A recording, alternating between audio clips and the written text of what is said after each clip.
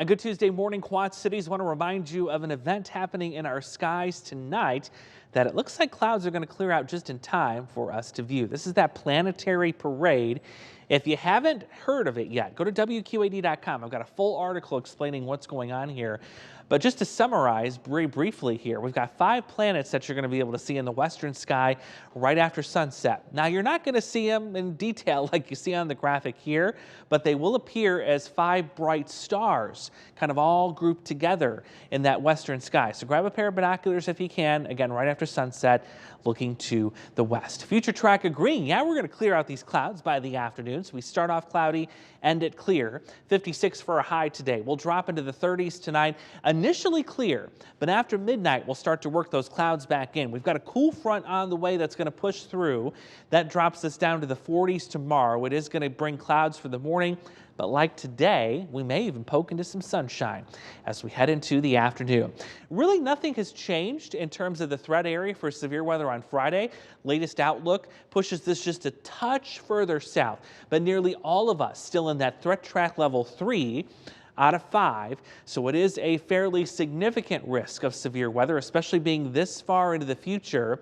We are starting to get a little bit better idea of the timing of this. Everything I've looked at this morning shows this being a mainly afternoon and evening event for Friday. And the primary threat that we're looking at is right here, damaging wind. However, the hail threat and the tornado threat, as you see, is not zero. It's also there too.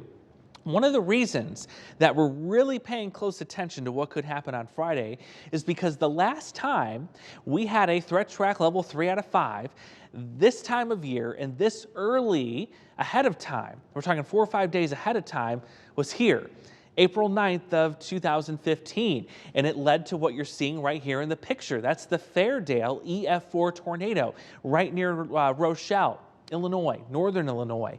So looking back at that event, it also had some impacts here in the Quad Cities. We had 3 tornadoes. They were weak, they were EF1, but still, those were near DeWitt, Clinton, Fulton, and Thompson. That storm system also produced golf ball-sized hail and 70-mile-per-hour wind gusts. And as I just mentioned, it produced that deadly EF4 tornado.